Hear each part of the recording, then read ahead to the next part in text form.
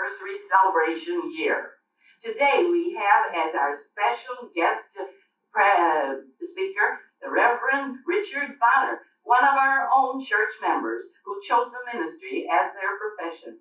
Good morning and welcome to you, Pastor and Mrs. Bonner. And in case I make a mistake and call you Dick and Betty, please don't, because I know you for quite some time. That's fine. We'd like to know first off, when did you and your parents first come to this church? Well, my parents came, as far as I know, soon after they were married. My mother had been a member at Ebenezer, and because they spoke Swedish so much at Ebenezer, they thought maybe it would be better if they came to Immanuel. And so that's how they started here at Immanuel. And you followed right along. Yes. Now you then went to Sunday school here. Yes, I was baptized here on June 19th, 1927. I think that was C.O. Bexton at that time. And then went to Sunday school here all my life. Yes. Do you remember the names of any of your teachers? I was thinking about that, and one teacher that came to mind was Wallace Olson Sr. Oh, Who yes. taught us at the gym upstairs and then in the kitchen. Mm-hmm. And I remember Sam, our Sunday school superintendent, when we did not sing the songs, but screamed them. That's right. Onward Christian Soldiers. Oh, yes. And I remember meeting in the kitchen, I think it was 1 or 2, maybe even 3 years, that the group that I was with, which was all boys. That was upstairs. Upstairs in the kitchen. Yeah. And Wallace Olson was with us in the kitchen, Sunday after Sunday after Sunday. And we were learning the books of the Bible, just a few every week. And he said if we learned them, we'd never forget them. And he was right. We learned them, and I've never forgotten them. I might forget momentarily, but I just look at them and they come right back. Isn't that wonderful? Now you were confirmed. May 5th, 1940. And by... Dr. C.O. Bexton. Yes, I should say. And now, about that time, did anything happen here that impressed you particularly as an event or something that you carry along? Oh, I remember so-and-so. Anything special? I can't say there were specific events that I remember, but I remember I did spend a great deal of time at church, and so did my brother, and also my parents were here on a very regular basis. I know your father was a deacon, Yes. and your mother was in the LCW, Yes. and I was with her for many years, about 40 years, I guess, or thereabouts. And the last maybe 20 years, she and I were together in the Martha Circle. We're a special circle, older people. Yes. Well, when did you first decide that you wanted to be a minister?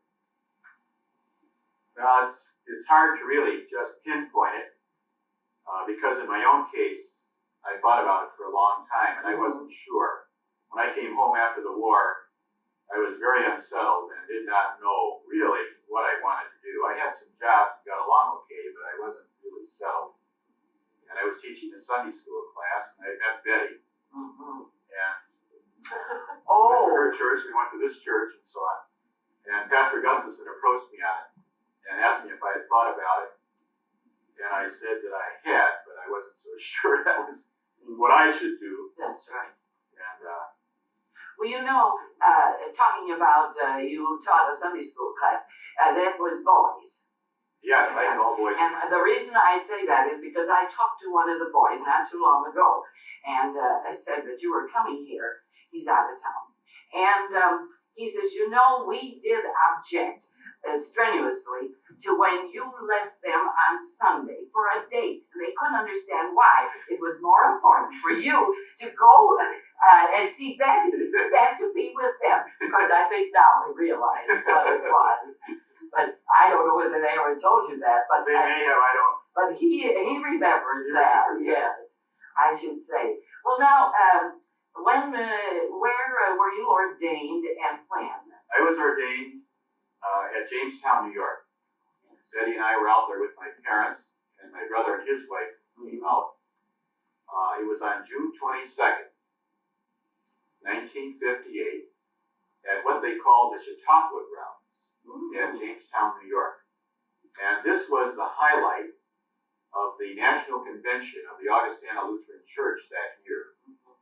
Because in the Augustana Church, they usually had ordination each year with their national convention. That was their practice. Yes, yes. Oh, that's something. Now they have it in the church generally. Yes, yes. It's more regional now, but at that time, in the Augustana Church, which numerically then was smaller, it was a singular event in most cases at the national convention. And where was you first calling your first church? Our first parish, and I'm going to speak in the plural now because I always include Betty with it. But our first parish was the Augustana Lutheran Parish in Underwood, North Dakota, which was 3 congregations, 1 in town and 2 in the country, and that was primarily rural and farmers. Well, that's quite a ways out, and then you came in. I know you came into Gladstone, didn't you? Yes, we were in Gladstone for 9.5 years. Were you? Yes. We served there from 1967 to 1977. Oh, that's quite a nice time, and it was a nice church too. Yeah. And I know it was interesting for your mother too, to have you a little closer there. She liked that. I know. I was in your office many times. Of course, you had the counter here at that time. Yes, I know. And many of the ladies that were here working on the Immanuel Weekly and so on, I'd come in for a cup of coffee and a cookie when I was out making hospital calls. I'd kind of swing by. And back with to that the old motive, I had coffee at 3 or 4 in the afternoon before I went home. That's right, I should say. Well, now, where are you now? I know you're either in Wisconsin or northern Illinois, aren't you? Well, we now live in Wisconsin, 12 miles west of Beloit, Wisconsin. We bought a home in the country with some acreage. We resigned at Faith Lutheran Church in South Beloit in October of 1986, wasn't it? You proud to now, Betty. You know. I had a hard time remembering these. And then we lived in South Beloit, and I began serving on a part-time basis at a little country church, St. Paul Lutheran, in Rock Grove, Illinois, about 25 miles to the west of us. And then I retired, that is officially retired as of January of 1987. Oh, I see. So you are officially retired and yet on the books I'm retired, I'm as busy as I've ever been. I think that's wonderful, and I think you should be. It's been grand. Now, is there anything else that you'd like to say as regarding Immanuel and everything, or anything at all that you might have on your mind? Well, I thought of this, and as I think of Immanuel in my boyhood and my youth, and coming home after the war and so on, I always think of Immanuel as being very warm, at least towards me, the people here. I still, to a great extent, consider my spiritual home, because it is here that I went to Sunday school with the Scouts. I remember George Nelson. He still is going here, and he's over 90. I think he's the oldest we have here in church, and his family too goes back very, very far. My family goes back to 1880, and straight on through. Well, George and I talked many, many times. I talked with him about the ministry, as well as Pastor Gustafson and some other people at North Park. Betty's father was on the faculty at North Park College and taught Bible survey. And I was in his class, and that class was very helpful to me, and that it gave me additional background for the Sunday school classes that I taught. So it worked out very well. That's wonderful. Where did you take your subjects out at Augustana or down here at the seminary? Okay, I started out at North Park, and I wasn't sure about the ministry or whether I wanted to go into it. So I went to night school while I was working and took some courses. And then, after a year or so, then I enrolled full-time at North Park College and attended North Park College for 2 years. And then Betty and I were married and we went to Rock Island, and I attended Augustana College for 2 years. And then went to Augustana Seminary in Rock Island.